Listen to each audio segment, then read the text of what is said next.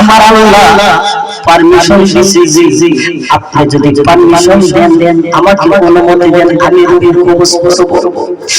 আর আমি ফিরে যাইব।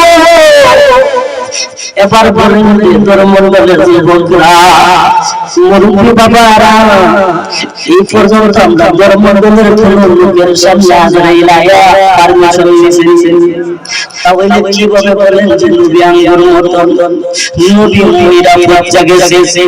ভাই বাবারা, পৃথিবীর বুকে যত মানুষ জন্মগ্রহণ করেছে, আমার নবী হায়াত নবী জিন্দা নবী, ওই নবীর যত উম্মত হয়েছে, ওই নবীর উম্মত যত হয়েছে, আজ পর্যন্ত বলেন যে কোন মানুষে জানাজা ছাড়া কাফন দাফন করেছে?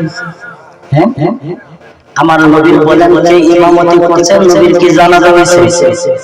জানাজা হয়েছে? নবীর জানাজা হয় নাই? নবীর জানাজা হয় নাই?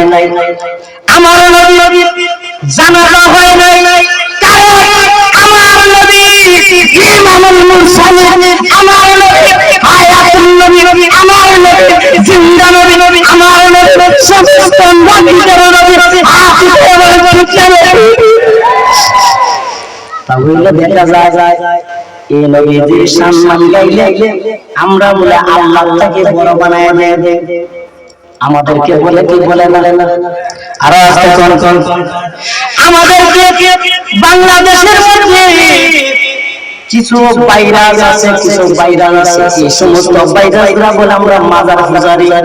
তা আমরা যদি মাজার পূজা করে, তোরা কেন মন্দির পূজা করস?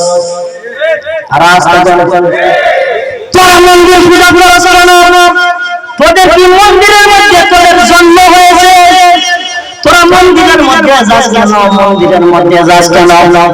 আর এখন দেখা যায় আমাদের মাজারের বিরুদ্ধে গাইতে গাইতে গাইতে গাইতে এখন দেখা যায় পুরো পর্যন্ত চুরি করে, রাস্তা পুরো চুরি করে, চুরি করে আসি গেছে না, সাগর চুরি করে, মুরগা চুরি করে।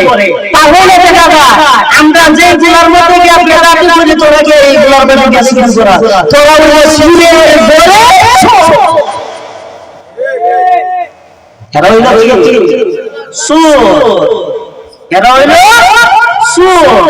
কিছু কিছু লোক আছে আনারুকে চুরি করে, আর কুরআন কিতাব পড়া শুরু করে, যারা ইমাম হুসাইন রাদিয়াল্লাহু তাআলা তাজা রক্ত জমিনের মধ্যে ঢেলে দিয়েছে, এই ইমাম হুসাইনের রক্ত যারা জড়াইছে, এদেরকে মুসলমান বলা যাবে?